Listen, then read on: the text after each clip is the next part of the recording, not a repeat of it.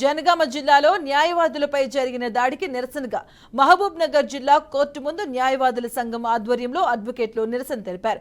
విధులు బహిష్కరించిన న్యాయవాదులు పెద్ద ఎత్తున నినాదాలు చేశారు. ఈ సందర్భంగా న్యాయవాదుల సంఘం జిల్లా అధ్యక్షుడు సుదర్శన్ రెడ్డి మాట్లాడుతూ జనగామ ఘటనపై ప్రభుత్వం స్పందించి పోలీసులపై కేసులు నమోదు చేసిందని చెప్పారు. అలాగే వారిని సస్పెండ్ చేయడంతో పాటు బదిలీ కూడా చేయడం జరిగిందని ఆయన పేర్కొన్నారు. ఇది న్యాయవాదుల పోరాటానికి రాష్ట్ర వ్యాప్తంగా ఒక నిదర్శనంగా న్యాయవాదులు విజయంగా భావించవచ్చని చెప్పారు.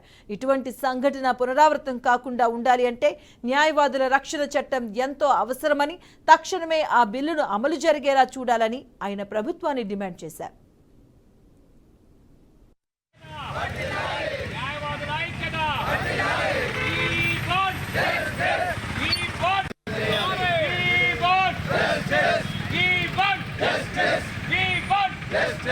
న్యాయవాదులపై దాడులు పునరావృతం కాకుండా ప్రభుత్వం చర్యలు తీసుకోవాలి.